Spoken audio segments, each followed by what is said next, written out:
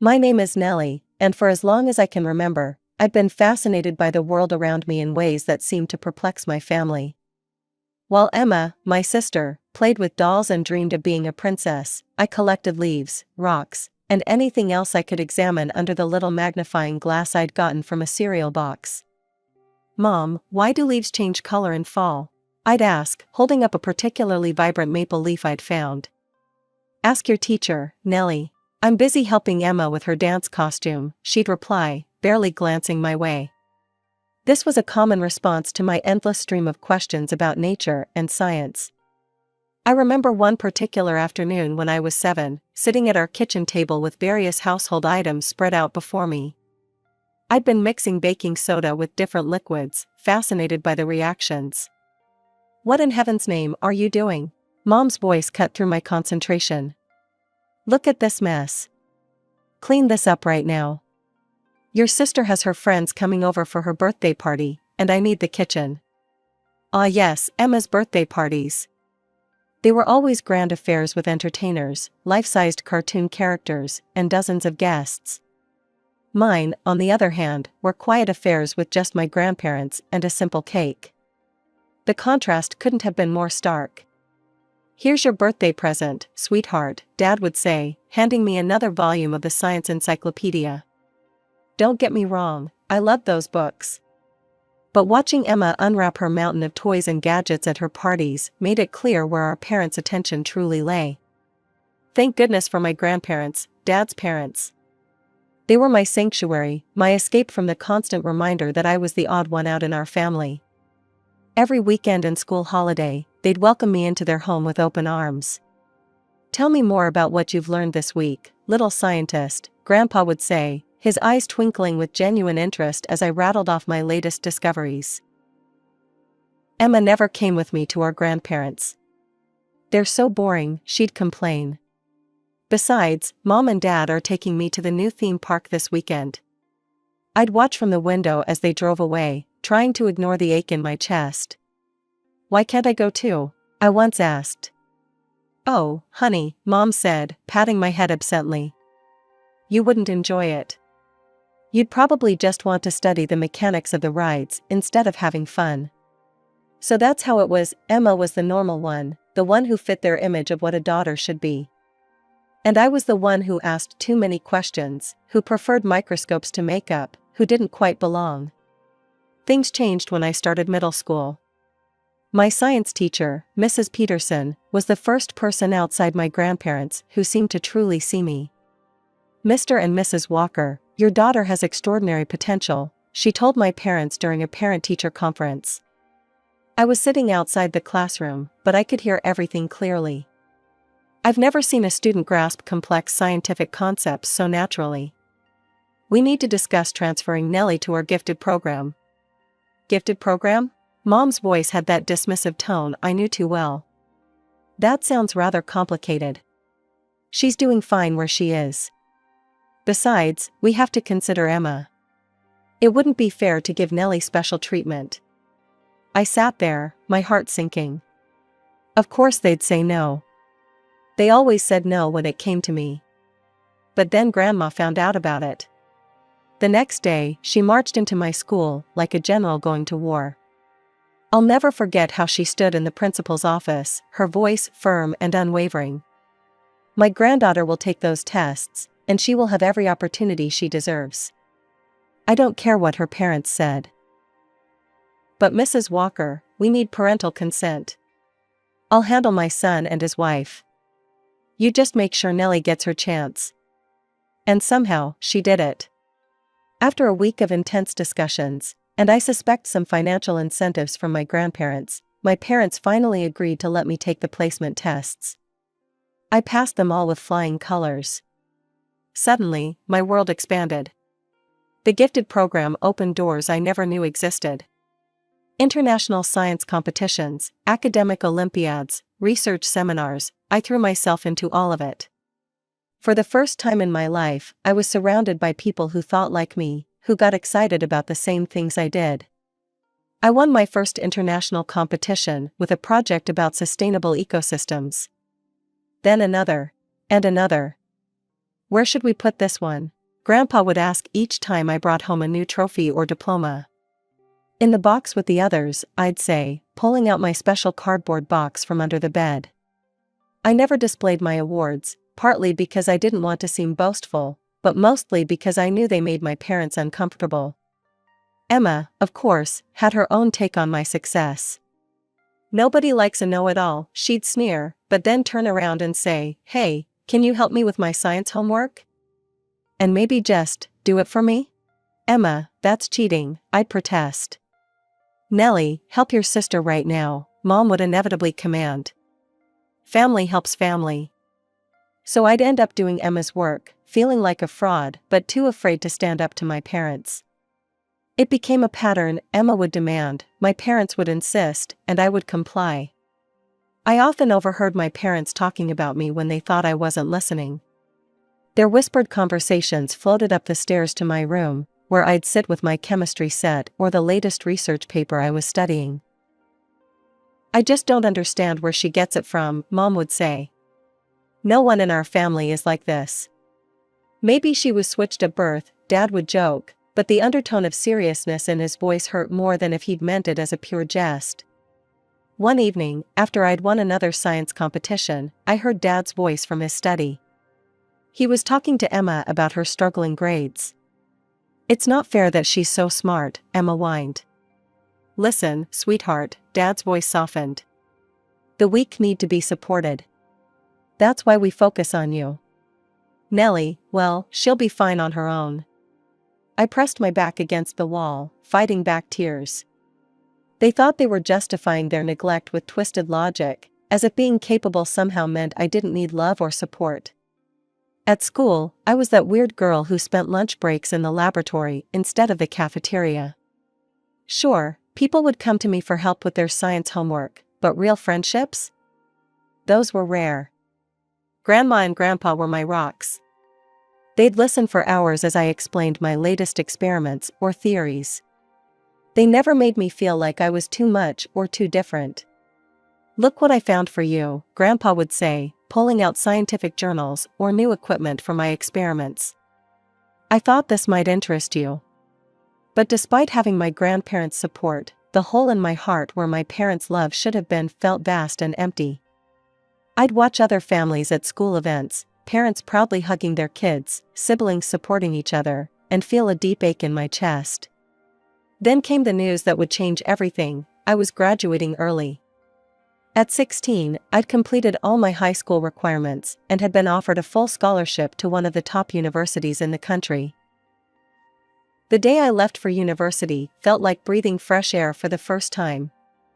The campus was buzzing with energy, and for once, I wasn't the odd one out. In my advanced chemistry class, I met Sarah and Michael, who got just as excited about molecular structures as I did. For the first time in my life, I had friends who understood me. We'd spend hours in the lab, bouncing ideas off each other, getting excited about discoveries that would make most people's eyes glaze over. But even as I thrived in my new environment, a part of me still yearned for my family's approval. I'd call home weekly, hoping for more than the brief, disinterested conversations I usually got. "Yes, Nellie, that's nice," Mom would say when I tried to tell her about my research. "Oh, did you hear about Emma's new job? She's working at that fancy boutique downtown." I didn't know it then, but my time at university was the calm before the storm. It happened during one of my routine calls home. I was in the middle of my second semester, deep into my research project, when Mom's voice caught my attention. "And with your father's condition getting worse," she was saying to Dad, probably thinking I was on mute. "What about Grandpa?" I interrupted, my heart suddenly racing. "Mom, what's wrong with him?" There was a pause, too long to be innocent. "Oh, Nellie, I didn't realize you were still there. It's nothing serious, just a minor health issue. He's already recovering." "I'm coming home," I said immediately, already mentally calculating the fastest route. "I can be there by tomorrow morning." No, don't be ridiculous," Mom's voice turned sharp. "You need to focus on your studies. Emma is helping them out. Everything's under control." Something felt off about her tone, but I tried to convince myself I was being paranoid. Still, I called Grandma right after. "Oh yes, dear," Grandma said, her voice oddly distant. "Emma's been such a help. She comes by often to check on your grandfather." "Emma? The same sister who used to say visiting our grandparents was boring?" Something wasn't adding up. 2 weeks later, I stood at my grandparents' familiar front door, my heart pounding with anticipation. But instead of Grandma's warm welcome, I found Emma blocking the doorway. "What are you doing here?" she asked, her face a mask of fake surprise. "I came to see Grandpa and Grandma." "How is he?" "No one's home," she said quickly, too quickly. "They're out." "Out? Grandpa's sick." "Where would they go?" "I don't know, Nellie. Just go away." She started to close the door. "Wait." I put my foot in the doorway. "Let me come in and wait for them." I said no one's home. She shoved the door hard against my foot. "God, you're so annoying. Just leave." Confused and hurt, I tried calling Grandma. Straight to voicemail. This wasn't like her at all, she always kept her phone on for me. With nowhere else to go, I headed to my parents' house, hoping for answers. Mom and Dad were in the kitchen when I arrived. "What are you doing home?" Dad asked, not even trying to hide his annoyance. "I came to see Grandpa and Grandma, but they're not home. Emma wouldn't let me in." "Oh, honey," Mom interrupted, exchanging a look with Dad. "We were going to tell you, your grandparents are in a nursing home." The world seemed to tilt sideways. "What? Why didn't anyone tell me?" "It was a quick decision," Dad said smoothly. "They needed specialized care. It's better this way." "Which nursing home?" "I want to visit them." "They're under quarantine right now," Mom said quickly. "No visitors allowed." "Maybe next time." Eventually, I did go back to university, but something felt terribly wrong. I tried to focus on my lab work, but my mind kept circling back to that afternoon at their door, to Emma's hostile face, to my parents' too smooth explanations. That terrible call came on a Tuesday morning. I was in the middle of an experiment when my phone lit up with Mom's number. The fluorescent lights of the university lab hummed above me as my heart started racing. Something about the timing of this call felt ominous. "Nellie," she said, her voice oddly flat. "Your grandfather passed away last night." The test tube I was holding slipped from my fingers and shattered on the floor. The sound echoed through the empty lab like a gunshot. "What? No, when's the funeral?" My voice came out as barely more than a whisper. "Thursday at 2 p.m. Don't be late." The way she said it felt strange, almost rehearsed. I didn't even bother cleaning up the broken glass. I rushed out of the lab, my mind spinning with grief and confusion. My beloved grandfather, gone. No chance to say goodbye, no final words of wisdom from the man who had believed in me my whole life. I took the first flight I could get, spending the entire journey trying to hold back tears as memories of him flooded my mind. At 1:30 p.m., I made my way to the church. The empty parking lot was my first clue that something was terribly wrong. My footsteps echoed in the silent building as I approached the entrance, dread building with each step. Inside, a custodian was methodically cleaning the floors. "The Walker funeral?" he asked when I inquired, looking up from his work. "That ended hours ago. They held it at 10 a.m. I felt like I'd been punched in the gut. The world started spinning around me as I grabbed onto a nearby pew for support. Frantically, I pulled out my phone and called my parents. "Oh, Nellie," Mom's voice dripped with disappointment. "You must have mixed up the times. We clearly said 10 a.m. "No," I said firmly, my hands shaking so badly I could barely hold the phone. "You said 2 p.m., I wrote it down." "I know you said 2 p.m. Where's Grandma?" "I need to talk to her." "Your grandmother is still in the nursing home," Dad cut in. "And, she doesn't want to see you right now. She's very upset you missed the funeral." I told my parents I was heading back to university, but my feet had other plans. I found myself driving to my grandparents' house, desperate for answers, for some kind of explanation that would make sense of this nightmare. The familiar street looked exactly the same, the old oak tree, the carefully tended garden, the wind chimes Grandma loved so much. My hands were trembling as I rang the doorbell. For a moment, nothing happened. Then, the door opened, and there stood Grandma, the same Grandma who was supposedly in a nursing home, refusing to see me. "Grandma." I moved to hug her, relief flooding through me at the sight of her familiar face. But she stepped back, and the look in her eyes stopped me cold. Her face was hard and unfamiliar, like she was looking at a stranger instead of her granddaughter. "So now you decide to show up?" Her voice was cold, nothing like the warm tones that had comforted me throughout my childhood. "Grandma, what's going on? They told me you were in a nursing home." The words tumbled out as I tried to make sense of what was happening. "Don't." She held up her hand, and the gesture felt like a physical blow. "Your grandfather called you over and over. He was asking for you on his deathbed, wanting to say goodbye to his little scientist. But you couldn't be bothered to answer his calls or visit him. How could you be so cruel, Nellie?" "Let me see the number he was calling," I said, my voice barely steady. "Please, Grandma. I need to understand this." Grandma disappeared inside for a moment and returned with a small notepad. Her hands were shaking as she showed me the number scribbled in Grandpa's familiar handwriting. That's not my number," I whispered, staring at the unfamiliar digits. "I've had the same number since high school." "They gave you a fake number?" "What do you mean, fake number?" Grandma's stern expression began to crack. "Your parents said you changed it when you went to university. They said you wanted to distance yourself from us." The pieces were starting to fall into place. "Grandma, I came here during break. Emma was here, she wouldn't let me in. She said no one was home. Then Mom and Dad told me you and Grandpa were in a nursing home." Grandma's face went pale.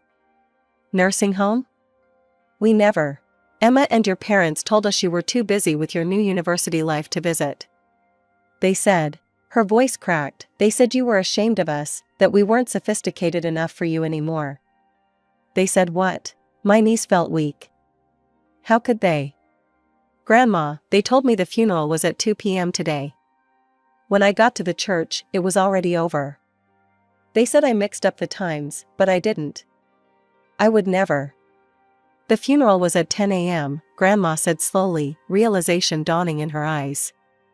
"Your parents stood there and told everyone how ashamed they were that you couldn't even be bothered to come to your own grandfather's funeral. Emma was crying about how she'd tried so hard to reach you." I fell into her arms then, both of us dissolving into tears on the front porch. All the pain, all the confusion, all the manufactured distance between us poured out as we held each other. "He died thinking I abandoned him," I sobbed into her shoulder. "Grandpa died thinking I didn't care." "Shoo," Grandma stroked my hair like she used to when I was little, her own tears falling. "We know the truth now. We know." After we dried our tears, Grandma picked up the phone with a determined look on her face. Her fingers trembled slightly as she dialed, but her voice was steel when she spoke. "Linda? Yes, it's me. I need you, Robert, and Emma to come over right away. There are some important documents we need to discuss." "No, it can't wait." "They'll be here in an hour," Grandma said, hanging up the phone. I told them I had important documents to discuss. "The lawyer is on his way too." When the doorbell rang, Grandma squeezed my hand. "Stay in the kitchen until I call you." I heard them enter, Mom's practiced social laugh, Dad's formal greetings, Emma's bored sighs. Then Grandma's voice, unusually sharp, "Please, everyone take a seat.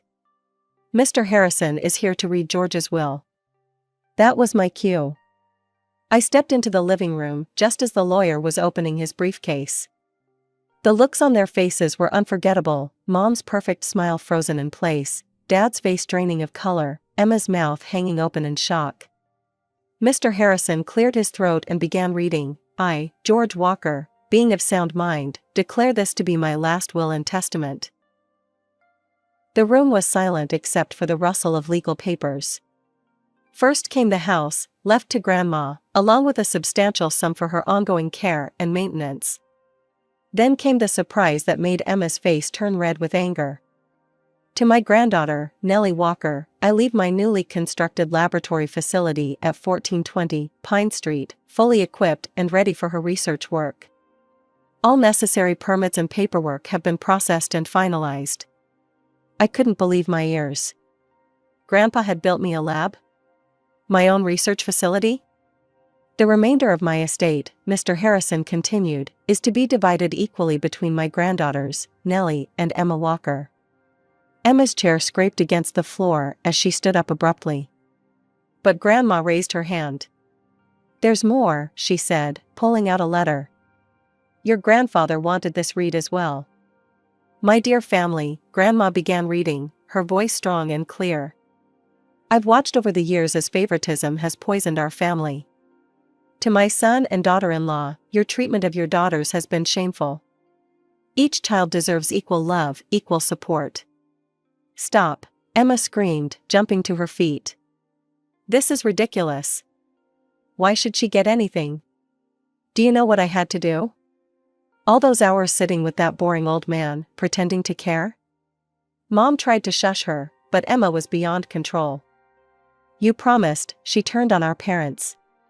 You said if I played nice, if I visited him and acted like the perfect granddaughter, everything would be mine. You made me grovel to a dying man. The raw truth of their manipulation was finally exposed in all its ugliness. And now what? Emma continued, her voice getting shriller.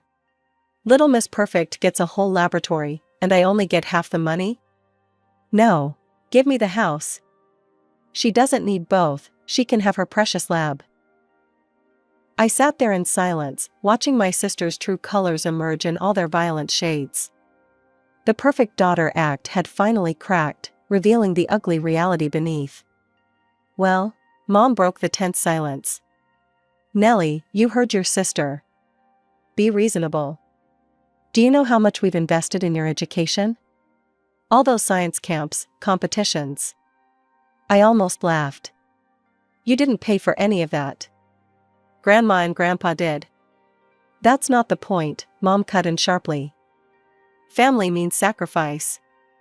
If you want to honor your grandfather's memory, you'll sign over your share to Emma. She needs it more than you do. Honor his memory? Grandma's voice cut through the room like a whip. She stood up, Grandpa's letter still in her hands.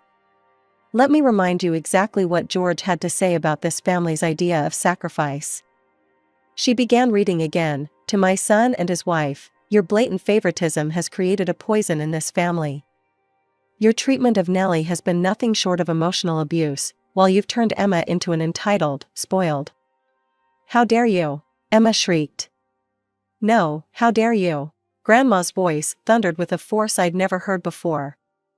You all manipulated and lied to a dying man. You kept his beloved granddaughter from saying goodbye to him. And now you have the audacity to talk about family and sacrifice? She walked to the door and flung it open. Get out, all of you. And Emma? I'm sorry George left you anything at all. You're nothing but a spoiled, selfish girl who learned from spoiled, selfish parents. They left in a flurry of threats and slammed doors. The house felt eerily quiet in their wake. That was 5 years ago. Today, I run my own research laboratory, the one Grandpa built for me. It's everything I could have dreamed of and more. Sometimes, when I'm working late at night, I swear I can feel his presence, proud and loving as ever. Grandma visits often. We have dinner together every Sunday, and she loves touring the lab, asking questions about my latest projects. She's taken some science classes at the local community college, saying it helps her understand my work better. But I think she just wants to share in the passion Grandpa and I always had for discovery. I haven't spoken to my parents or Emma since that day. Sometimes I see their names in my email inbox or their numbers on my phone, but I delete them without opening. They made their choice long ago, and now I've made mine. The other day, I found an old photo of Grandpa in one of his books. He was in his garden, pointing out something to a much younger me, who was peering through a magnifying glass. On the back, he'd written, "My little scientist will change the world someday." I keep that photo on my desk now. Not all family is bound by blood, I've learned. Sometimes the truest family are the ones who believe in you, who support your dreams, who love you not despite your differences but because of them,